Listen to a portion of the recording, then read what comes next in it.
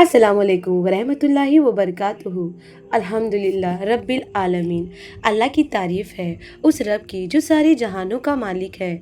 दरूद और सलाम है हमारे प्यारे नबी हज़रत मोहम्मद सल्लल्लाहु अलैहि वसल्लम पर, आपकी आल पर और आपकी सब नबी साथियों पर। मेरे प्यारे इस्लामी भाइयों और बहनों, आज हम जिस मौजू पर बात करने वाले हैं वो है जुमा की फ़जीलत और अहमियत। जुमा का दिन हमारे लिए अल्लाह का एक बहुत बड़ा तोहफ़ा और रहमत है। अगर आप कैलेंडर उठाकर देखें तो हर हफ्ते में एक दिन ऐसा आता है जो बाकी सब दिनों में अलग और ख़ास है। वो दिन जुमा का दिन है। हमारे नबी करीम सल्लल्लाहु अलैहि वसल्लम ने फरमाया कि सबसे बेहतरीन दिन जिस पर सूरज निकलता है वो जुमा का दिन है। इस एक जुमले में जुमा की सारी अजमत बयां कर दी गई है। ये दिन इतना ख़ास क्यों है, इसकी कुछ वजह हदीस और कुरान में बताई गई है। इतिहास की अहमियत। जुमे के दिन की हज़रत आदम अलैहिस्सलाम को पैदा किया गया। इस दिन उन्हें जन्नत में दाखिल किया गया और इसी दिन जन्नत से उतारा भी गया और क़यामत भी इसी मुबारक दिन आएगा। इस सब वाक़ियों को जुमे के दिन की अहमियत साफ ज़ाहिर होती है। मुसलमानों की ईद। जुमा के दिन मुसलमानों के लिए हफ्ते की ईद है। हदीस में आता है कि अल्लाह ने हमें जुमे के दिन दिया है ताकि हम इस दिन को खुशी और इबादत के साथ मनाएं। इसीलिए इस दिन साफ सुथरे कपड़े पहनना, इत्र लगाना और खुशूसी तौर पर इबादत करना मुस्तहब है। जुमे के दिन की सुन्नत और आदाब। जुमे के दिन हमें कुछ खास काम करने चाहिए ताकि हम इसकी बरकतें पूरी तरह से हासिल कर सकें। नंबर 1, गुस्ल करना, नहाना। जुमे के दिन गुस्ल करना सुन्नत मुअक्कदा है, यानी बहुत ज़रूरी है। ये सिर्फ जिस्मानी सफाई के लिए नहीं बल्कि रूहानी सफाई के लिए भी है। गुस्ल करके हम नमाज के लिए पाकीज़गी हासिल करते हैं। नंबर 2, साफ़ कपड़े पहनना। जुमे के दिन साफ़ और बेहतर कपड़े पहनना चाहिए। अगर नए कपड़े हैं तो बहुत अच्छी बात है, वरना जो कपड़े हैं उन्हें अच्छी तरह धोकर पहने। नंबर 3, खुशबू लगाना। इत्र या कोई भी खुशबू लगाना भी सुन्नत है, इसलिए माहौल में ताजगी आती है और दूसरों को भी अच्छा लगता है। नंबर 4, मिसवाक करना। मुंह की सफाई का खास ख्याल रखना। जुमे के दिन मिसवाक या ब्रश करना सुन्नत है। नंबर 5, मस्जिद जल्दी जाना। जुमे की सबसे बड़ी बरकत यह है कि आप मस्जिद में जितनी जल्दी जाएंगे उतना ज़्यादा सबक मिलेगा। हदीस में बताया गया है कि जो शख्स सबसे पहले आ जाता है उसे ऊँट की कुर्बानी का सवाब मिलता है, फिर जो उसके बाद जाता है उसे गाय की कुर्बानी का, फिर मेमने का, फिर मुर्गी का और आखिर में अंडे का सवाब मिलता है। जब इमाम खुतबा देने के लिए पिंबर पर बैठ जाते हैं तो फरिश्ते रजिस्टर बंद कर देते हैं और खुतबा सुनने लगते हैं। इसलिए मस्जिद जल्दी जाएं ताकि फरिश्ते की फैसियत भी आपका नाम सबसे ऊपर लिखा जाए। नंबर 6, खुतबा गौर से सुनना। खुतबा सुनना वाजिब है। इस दौरान बात करना या मोबाइल चलाना बिल्कुल मना है। खुतबा सुनते वक्त पूरी तवज्जो इमाम की बातों पर होनी चाहिए। दरूद पाक की फ़जीलत। जुमे के दिन का एक और सबसे ख़ास अमल है दरूद पाक पढ़ना। हमारे नबी करीम सल्लल्लाहु अलैहि वसल्लम ने फरमाया कि जुमे के दिन मुझ पर कसरत से दरूद भेजो। दरूद पढ़ने से बेशुमार फ़ायदे हैं, जिसकी कुछ की झलकियाँ यहाँ पेश है।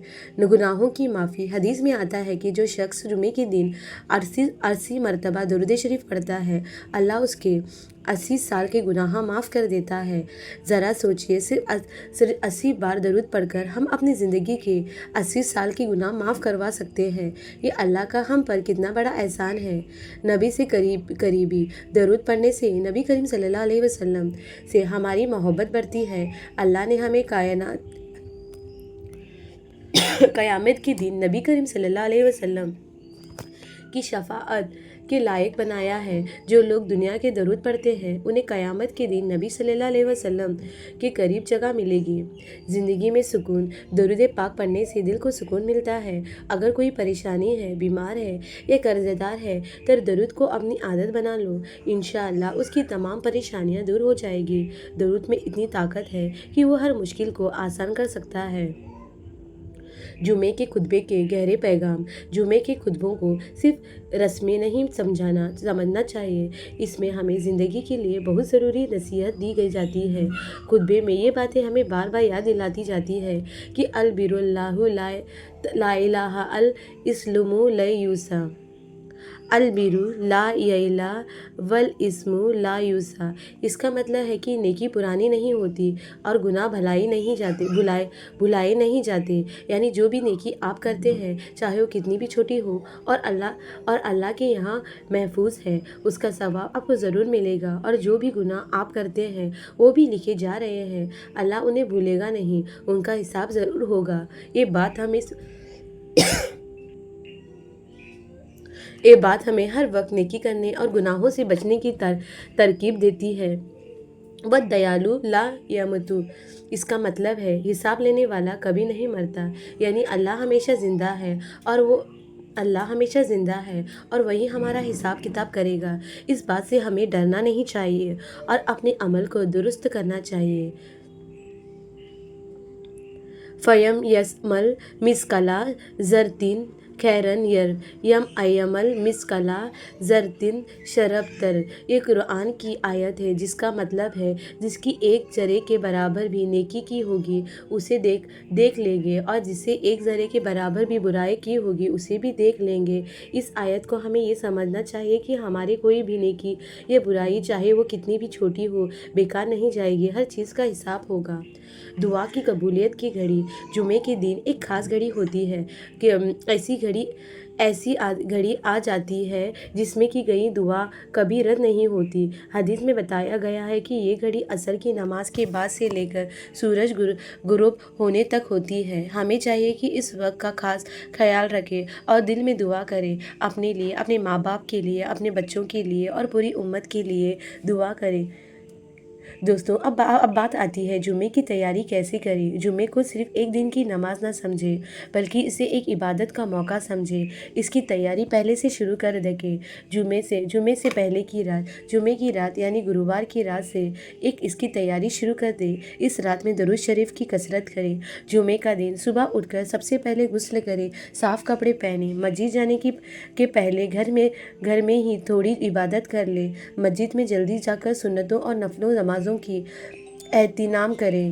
درود پاک کو اپنی عادت کیسے بنائیں۔ درود پاک پڑھنا بہت آسان ہے، لیکن اسے اپنی زندگی کا حصہ بنانا تھوڑا مشکل ہو سکتا ہے۔ اس کے لیے کچھ طریقے اپنائے جا سکتے ہیں۔ طے شدہ وقت، دن میں کچھ وقت طے کر لیں، جیسے صبح، شام یا ہر نماز کے بعد، جس میں آپ درود شریف پڑھیں گے۔ تسبیح کا استعمال، اپنی جیب میں یا گھر پہ کئی جگہ پر تسبیح رکھیں، گاڑی میں، آفس میں، بیڈ روم میں، تاکہ جب بھی نظر پڑے درود پڑھ سکیں۔ موبائل کا استعمال، آج کل موبائل میں بہت سی اسلامک ایپس ہوتے ہیں جس سے درود پڑھنے کی سویدھا ہوتی ہے، ان کا استعمال کریں۔ آخری بات، میرے پیارے بھائیوں اور بہنوں، جمعے کے دن ہمارے لیے ایک سنہرا موقع ہے۔ اللہ نے ہمیں ہر ہفتے ایک دن دیا ہے تاکہ ہم اپنے گناہوں کی معافی مانگ سکیں اور زیادہ سے زیادہ ثواب حاصل کر سکیں۔ ہمیں اس دن کی قدر کرنی چاہیے اور اسے صرف ایک چھٹی کا دن نہیں سمجھنا چاہیے۔